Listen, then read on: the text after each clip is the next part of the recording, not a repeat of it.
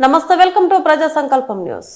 దీపావళి పండుగ రోజున ఓ పాస్టర్ పాఠశాలలో సమావేశం ఉందని విద్యార్థుల తల్లిదండ్రులకు చెప్పి విద్యార్థులను చర్చికి తీసుకెళ్లి ప్రార్థనలు చేయించాడు. ఈ ఘటన ఆలస్యంగా బుధవారం మెదక్ జిల్లాలో వెలుగులోకి వచ్చింది.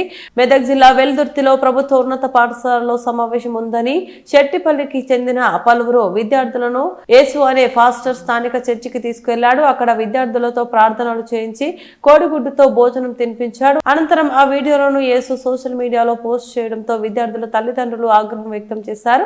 తల్లిదండ్రులు పాస్టర్ ని పిలిపించి పంచాయతీ పెట్టించి క్షమాపణలు చెప్పించారు. ఈ ఘటనపై ఆర్ఎస్ఎస్ నాయకులు స్థానిక పోలీస్ స్టేషన్ లో ఫిర్యాదు చేశారు.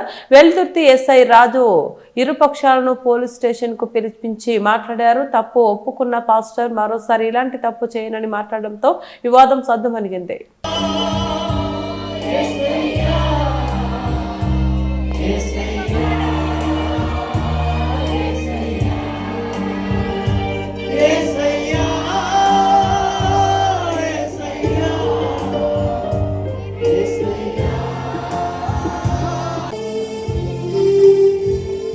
Window of silence.